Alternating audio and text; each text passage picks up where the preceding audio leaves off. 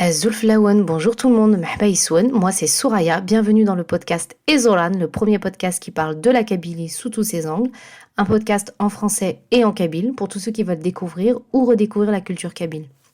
Ezolan, c'est le pluriel du mot azar qui veut dire racine en kabyle.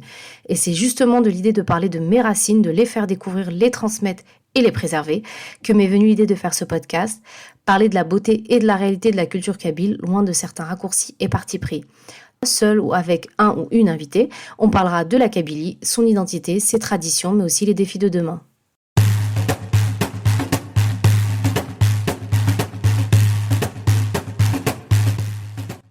Alors pour ce nouvel épisode d'Ezolan, le premier de 2026, et afin de coller à l'actualité de la société kabyle, j'ai décidé de parler d'un élément incontournable de la société kabyle. J'ai nommé Zeyt Zmoul, Zeyt al-Qabayl, Zeyt Zmoul, c'est-à-dire l'huile d'olive. Actuellement, on est en pleine période, on est même plutôt sur la fin de l'Oqt Zmoul, c'est-à-dire la cueillette des olives, cette activité et tradition qui se déroule entre fin octobre, début novembre et février, suivant les régions, car chaque région a son propre climat. Je pense parler au nom d'une très grande majorité de Kabyles si je dis que chez nous, l'huile d'olive, c'est sacré. Elle fait vraiment partie de notre patrimoine, de notre identité, de notre ADN même. Et en fait, au-delà d'assaisonner tous nos plats, c'est aussi un remède ancestral. Tu as mal à la tête, souzith, prends de l'huile. Tu t'es fait mal à la cheville, alasizith, masse avec de l'huile. Tu te sens fatigué, souzith nsbah, prends de l'huile le matin au réveil. J'exagère, mais à peine en vrai. Les vertus de l'huile d'olive, elles sont nombreuses et elle a toujours une place essentielle dans la médecine traditionnelle kabyle. Pour ceux qui n'ont pas encore eu la chance de visiter la Kabylie, il faut savoir que l'olivier, il est vraiment de partout. Des petits, des grands, sur le bord des routes, dans les vallées, dans les jardins familiaux. C'est vraiment l'emblème de la Kabylie. Et la cueillette des olives qui permet in fine de produire Zeyt Zmoul, donc l'huile d'olive, ou Zeyt Zmoul, l'huile du pays, on va dire, de la terre. C'est vraiment une tradition ancestrale dans la société kabyle. Et en fait, c'est même plus qu'une tradition, c'est vraiment un moment de socialisation et de transmission. Les familles, elles se retrouvent autour de cette activité, elles se transmettent leur savoir, elles renforcent leurs liens afin de produire pas seulement une huile, mais vraiment perpétuer leur héritage et leurs racines. Donc comme je disais, la cueillette des olives, elle commence vers fin octobre, lorsque le temps se rafraîchit et que les olives commencent à tomber. Mais en réalité, on ne doit pas vraiment se fier au calendrier, mais au degré de maturité de l'olive afin de commencer la récolte. Donc l'olive, le grain d'olive, il évolue en 7 stades de maturité. Et cette maturité, c'est à cette maturité que se mesure la couleur du fruit, donc de vert clair, qui est le stade 1, au noir très mûr, qui est le stade 7. Pour la récolte des olives, il y avait des règles à respecter, comme celle de ne pas récolter les olives malades ou abîmées par le bâton ayant servi à secouer les arbres, ou alors celle de ne pas faire de récolte en octobre. Et la récolte a été vraiment codifiée. Et si une famille ne respectait pas les règles, elle pouvait être sanctionnée par Tajmath, c'est-à-dire le comité du village, le seul organe légitime à donner le signal de départ de la récolte. Donc comme je disais, c'est en fonction du degré de maturité que se décide le début de la récolte. Mais chaque région commence à des moments différents. Et suivant le degré de maturité, l'huile produite sera différente en goût, en odeur, en apparence, mais surtout en bienfait. Traditionnellement, les Kabyles en fait attendaient que l'olive soit bien mûre avant de la récolter, puis de la presser. En fait, c'était plutôt la quantité d'huile produite qui était privilégiée plutôt que de la qualité.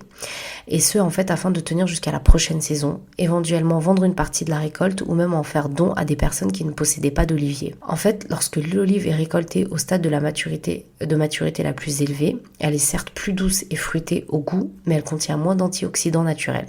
Mais lorsque l'olive est récoltée au premier stade de maturité, c'est-à-dire stade 1 et 2, elle produit une huile aux excellentes qualités nutritionnelles, mais qui est souvent assez amère et piquante. Donc si la tradition voulait donc que l'olive soit récoltée le plus tard possible afin d'en obtenir une plus grande quantité, en fait ces derniers temps, les recherches en fait elles ont montré que pour avoir une huile de bonne qualité avec des antioxydants naturels, mais gustativement consommable, c'est-à-dire en fait une huile qui allie goût et bienfait, il fallait la produire à partir de fruits entre le stade 3 et 4. Mais il est quand même difficile pour les anciennes générations de revenir sur ces règles de cueillette. Il en est de même pour les méthodes d'extraction, mais ça, on reviendra plus tard. Donc pour en revenir à la cueillette en elle-même, c'est une activité familiale auquel les Kabyles tiennent énormément, et ce jusque maintenant. C'est-à-dire en fait que même les familles qui sont établies en ville, et parfois dans d'autres wilayas, donc c'est-à-dire d'autres départements, elles viennent s'occuper de la récolte sur les terres familiales. Et tout le monde y participe, oncles, tantes, grands-parents, y compris les enfants.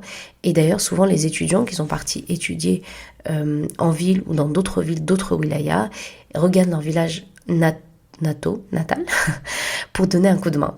En fait, c'est vraiment un travail assez laborieux qui demande quand même beaucoup d'efforts physiques et de patience. Alors, comment se passe une journée typique de cueillette? La famille se lève tôt, les femmes préparent le repas qui sera dégusté sur place en mode pique-nique. Donc dans ce repas, on y trouve arro marqouran, c'est-à-dire une galette de semoule, du lait caillé, parfois agrémenté de couscous, mais aussi de felfel. Felfel, c'est la salade de poivrons grillés. Donc la famille se lève tôt, elle descend dans les champs, les membres se déplacent en groupe, dans la bonne humeur, et en fait dans leurs mains des paniers de roseaux ou d'osier et les outils nécessaires pour la récolte, notamment taqavesh, qui est une pioche. Arrivés au champ, les tâches sont réparties, car certaines olives en fait sont déjà tombées au sol et d'autres sont encore dans les broches, et donc il faut que quelqu'un d'agile en fait grimpe pour secouer les branches avec un bâton et donc faire tomber les olives. C'est une tâche qui est réservée aux hommes. Les femmes sont elles au sol et récoltent les olives déjà tombées et font le tri entre les olives consommables et celles qui ne le sont pas. Alors auparavant, on disposait les olives dans les paniers en osier ou roseau et aujourd'hui on les dispose dans des grands sacs en jute. Toute la journée, en fait, elle est rythmée par cette récolte des olives. La famille fait uniquement une pause pour le déjeuner et s'arrête généralement avant la tombée de la nuit. Donc, suivant la quantité d'arbres, la récolte dure plus ou moins longtemps et c'est un travail qui peut aller de quelques jours à quelques semaines pour les terrains avec de nombreux oliviers. La récolte, c'est aussi un moment de solidarité et il y a une pratique d'ailleurs particulière de solidarité collective qui s'appelle Tewizir ou Twiza.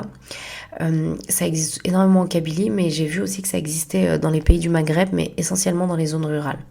Il existe donc deux types de théouisiens. La première, c'est celle d'intérêt général, c'est-à-dire quand les villageois se réunissent pour effectuer une tâche qui bénéficiera à la collectivité, telle que nettoyer le cimetière, repeindre l'école du village, par exemple.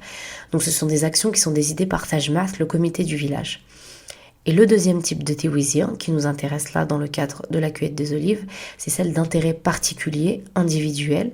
C'est lorsqu'une personne ou une famille demande au reste du village de l'aide pour une tâche à effectuer, ce qui implique implicitement que cette même personne aidera lorsque son voisin aura besoin. Donc dans le cadre de la cueillette des olives, on fait appel à ses voisins lorsqu'une famille manque de bras ou alors de personnes en bonne santé pour assurer la récolte. Exemple, des personnes âgées, une femme qui vient d'accoucher. Rien n'oblige le villageois à participer, mais il est quand même très mal vu de ne pas aider son voisin. Et tout le monde peut participer à Théouizir, hommes, femmes, enfants. Et en parlant de Théouizir, quand j'ai fait mes recherches pour cet épisode, je suis tombée en fait sur un groupe de femmes en fait qui chantaient pendant Théouizir et je ne peux pas résister à l'envie de vous partager un des extraits de ces chants.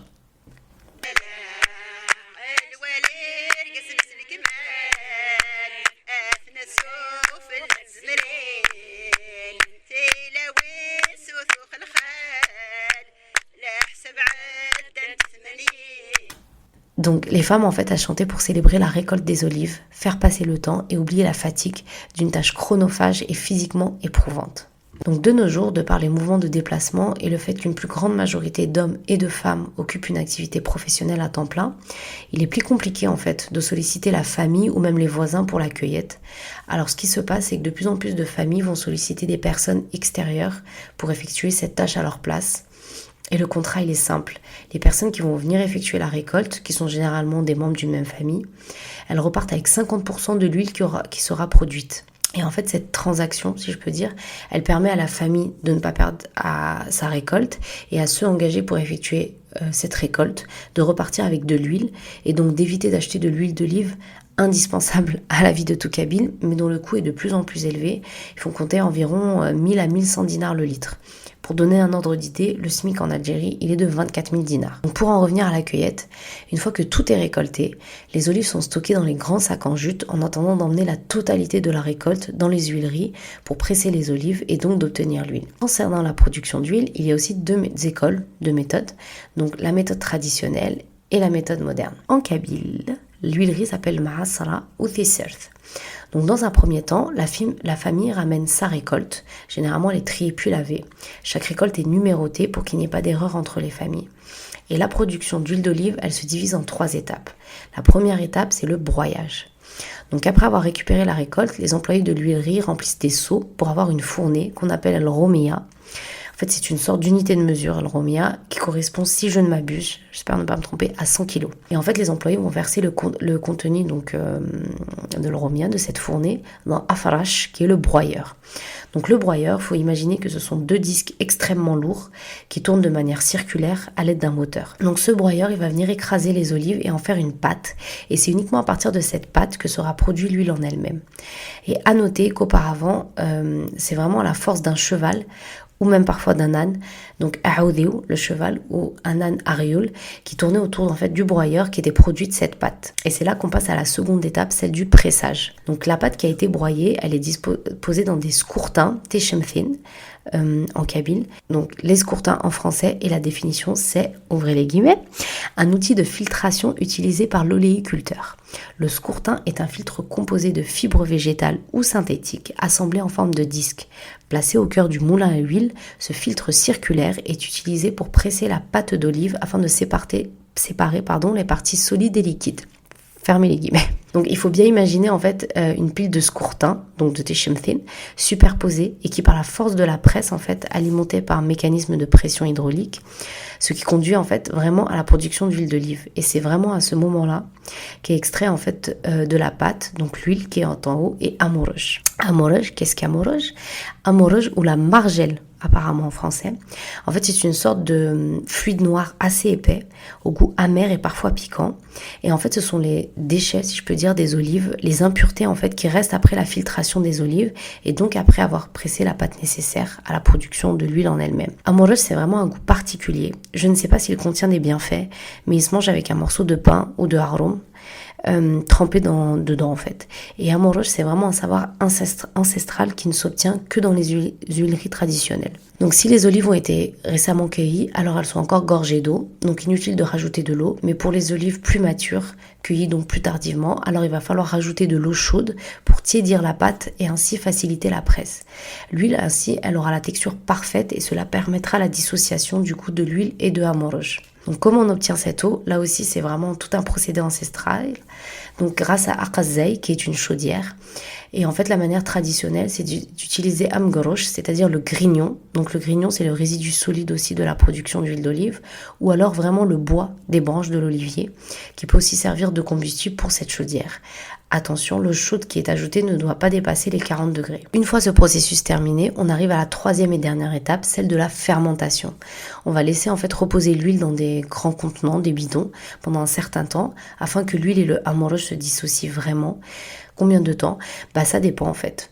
Ça dépend de la chaleur et de l'acidité du fruit, mais c'est généralement une histoire de quelques jours.